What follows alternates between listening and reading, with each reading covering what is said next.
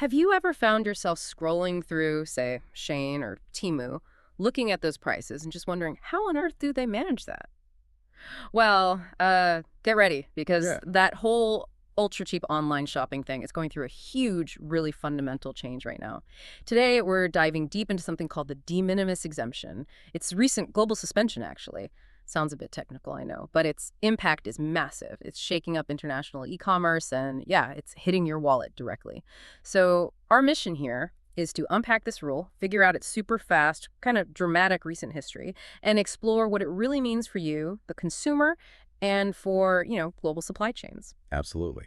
And to help us navigate this, we've looked at reporting from a range of sources, Yeah. CNN, ABC News, BBC News, Al Jazeera, Yeah. just to get that really full picture of this big policy shift. Okay, so this de minimis rule, it sounds like it was pretty central to how things worked. Yeah. For anyone not familiar, can you maybe break down what it was? How did it let so many packages just sort of slip through? Yeah. Uh, Put simply, the de minimis exemption allowed goods valued at US $800 or less to come into the United States without any import duties. Think of it like a tariff-free fast lane for cheap stuff coming in. An $800 limit. That seems pretty generous. It was, and what's really staggering is just how much it was used. U.S. Customs and Border Protection, CBP, they told CNN they were processing almost 4 million of these duty-free shipments a day. Hold on. 4 million a day. A day. Yeah. That's almost unbelievable. It really is. I mean, just to give you more context, in the last fiscal year, 1.36 billion packages arrived under this exemption.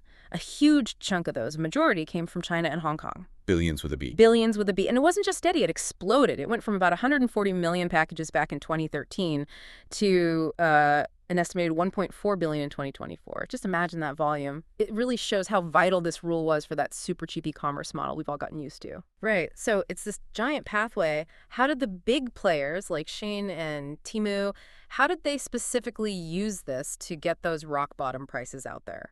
What's really interesting is how it basically acted like a sort of backdoor into the U.S. market for them. This exemption let them ship hundreds of millions of packages straight to U.S. shoppers without paying tariffs, Yeah. import taxes, and with much less paperwork. Ah, okay. So it cut their costs way down. Dramatically. Hmm. It was a massive factor in keeping those prices so incredibly low. They essentially bypassed the normal, often more costly import hurdles that other retailers face. Okay, that paints a really clear picture of the scale and why it mattered so much to them. But like you said, this fast lane, it hit some major roadblocks, right? What actually happened? How did it get shut down so fast and globally?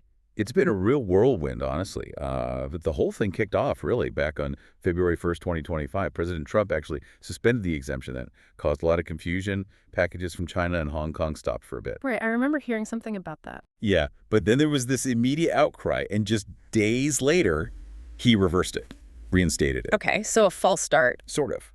But the direction of travel was clear. By April 2025, the White House announced, okay, we are ending the exemption for small shipments, but specifically from China this time. And that sent shockwaves.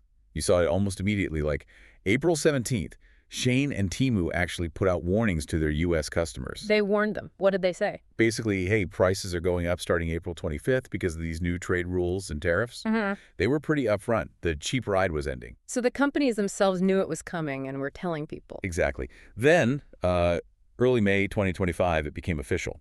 The de minimis exemption expired for goods coming from China and Hong Kong. And initially, wow, those packages faced either a massive 120% tariff or a flat $100 fee per package. 120% or $100. That's huge. Huge. Yeah. But then, just a little later, May 14th, there was a temporary U.S.-China trade deal that brought the tariff down from 120% to 54% for 90 days. Okay, 54% is still a lot, but better than 120%. So this started focused on China, but it didn't end there, did it? No, not at all. It went global pretty fast after that. The really big move was August 4th, 2025. That's when President Trump issued an executive order suspending the de minimis exemption for every single country worldwide, effective August 29th. Wow, so that closed any potential loopholes, like shipping through Vietnam or somewhere else? Precisely. That shut down the option of rerouting through other countries to still get that duty-free status. Vietnam, for example, they face like a 20% tariff rate anyway, but this closed that door completely. No more workarounds. And wasn't this repeal kind of planned already, just further out? Yeah, that's a good point. It was sort of on the books already as part of Trump's big, beautiful bill, scheduled for repeal for all countries in July 2027. This executive order just massively sped up that timeline. And it even added penalties, like up to $10,000 for trying to get around it. Okay, so it went from pause to China ban to global shutdown all within months. Why? What were the main reasons given for shutting down such a huge trade channel? Well, there were a couple of key arguments put forward. First, security concerns. President Trump's order specifically mentioned that. It said, many shippers go to great lengths to evade law enforcement and hide illicit substances. And the risk of evasion, deception, and illicit drug importation is especially high with these low-value packages. Illicit substances, like drugs. Fentanyl was specifically named as a major concern, yes. Okay. Security? What else? The other big one was fair competition. The argument was that the exemption hurt American businesses. Critics pointed out it created an uneven playing field. You had companies like, remember Forever 21, they actually cited being unable to compete with these lower foreign prices when they file for bankruptcy. Ah, interesting. Yeah, and U.S. lawmakers from both parties had been raising flags for a while, saying foreign companies were basically exploiting the rule, giving them an unfair edge over domestic businesses paying tariffs and dealing with more red tape. Right. So how did other countries react, especially China, given they were the initial focus? Did they just accept it? Oh, definitely not. China pushed back, particularly on the fentanyl claims. Their government said they were actually working hard to stop illegal trade. Their foreign minister, Wang Yi, had some pretty strong words. He said things like, the U.S. should not meet good with evil or even impose arbitrary tariffs. Strong language. Yeah, and he added that no country should fantasize that it can suppress China and maintain a good relationship with China at the same time. So clearly they saw it as punitive. Their Ministry of Commerce also warned these tariffs could endanger global economic development and the stability of the supply chain. They framed it as a much bigger economic risk. So, diplomatic pushback. Any legal challenges? Did anyone try to sue? There were legal challenges related to Trump's broader tariff policies, yes. But specifically on blocking the de minimis elimination for China, a federal trade court declined to do that. Apparently, the issue was already kind of wrapped up in a bigger ongoing case about his tariff authority in general. So no immediate legal block on this specific change. Okay. So, the door is shut, globally. How are the e-commerce giants, the ones who really built their models on this, how are they adapting? What are Shein and Temu actually doing now? Well, their responses were pretty quick and pretty significant. As we mentioned, both announced price adjustments back in April. They explicitly said operating costs were up because of recent changes in global trade rules and tariffs. So basically confirming prices would rise. Right, passing the cost on. Seems likely, yeah. But it's more than just tweaking prices. This is forcing a major strategic rethink for them. They're shifting from that global direct-to-consumer model towards something much more localized. Temu, for example, announced a complete overhaul of its shipping. They started using U.S.-based distributors for all American orders. Oh, wow. So shipping from within the U.S. Exactly. And they started actively recruiting U.S. sellers onto their platform, trying to build a U.S.-based operation, essentially. And actually, before the global ban hit, both Shein and Temu had already started stockpiling goods in U.S. warehouses and shipping things in bulk, trying to cut down delivery times and maybe get ahead of some of these costs. Smart. Trying to adapt.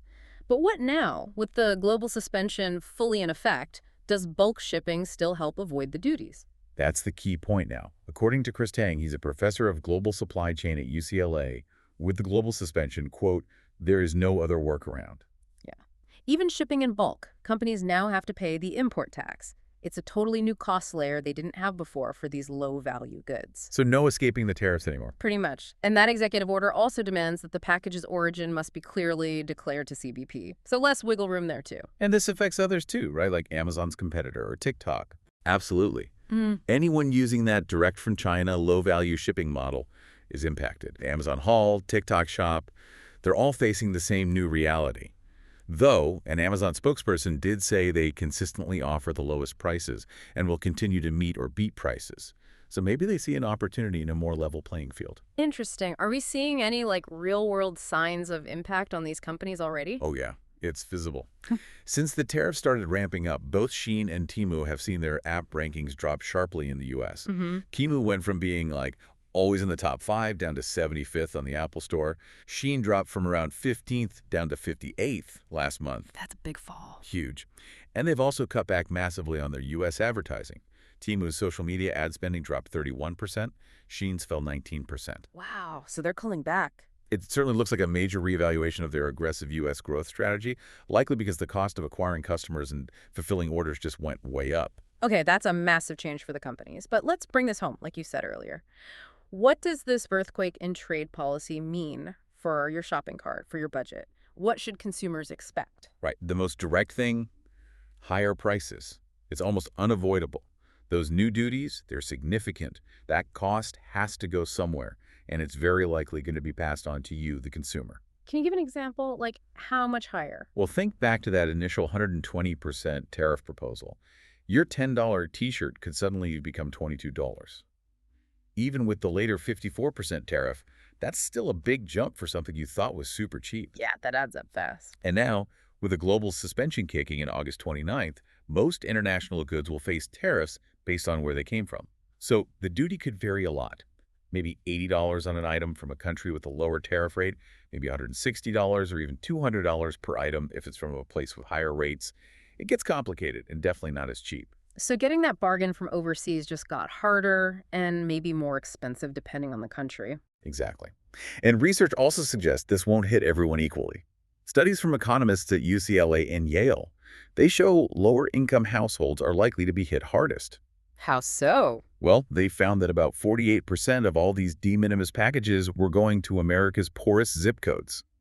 Compare that to only 22% going to the richest zip codes. Ah, okay, so the people who maybe relied on those ultra-low prices the most. They're the ones who will likely feel the pinch more acutely, yeah. It's not just about a single t-shirt then. It could affect people's overall budgets quite a bit. Potentially, yes. There was an analysis back in April by the Budget Lab at Yale.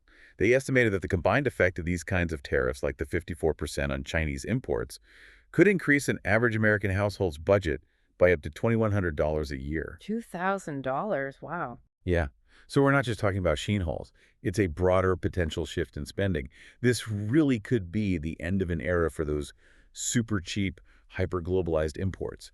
Maybe the end of just hitting add to cart without thinking twice about where it's coming from and the real cost. It forces a different kind of calculation. What a story. We've really gone from this, like, obscure trade rule, the de minimis exemption that was quietly enabling this massive flow of cheap goods, to its incredibly fast, dramatic shutdown across the entire globe. It really is like they just closed the express lane on the global shopping highway, isn't it? Suddenly, everyone's paying the toll. That's a good way to put it. Yeah, it's a fundamental shift. It touches everything from huge international trade dynamics and how companies structure their supply chains, right down to the price tags you see online. It really shows how trade policy, which can seem so abstract, actually has very real, very tangible effects. Yeah, you can absolutely see the ripple effect, how one policy lever gets pulled and suddenly it impacts giant corporate strategies and your own household budget. It really connects the dots between global rules and your own doorstep. It really does. And it makes you wonder, right, as these trade policy shifts keep happening, and they seem to be accelerating, forcing companies to maybe localize more, find suppliers closer to home, what are the long-term consequences? For global manufacturing, for the choices you have as a consumer, for what online shopping even looks like in the future. Will we see a permanent shift away from that race to the bottom pricing model? And what comes next? That's the big question, isn't it? Definitely something for you to think about maybe the next time you're browsing online. Thanks so much for joining us for this deep dive.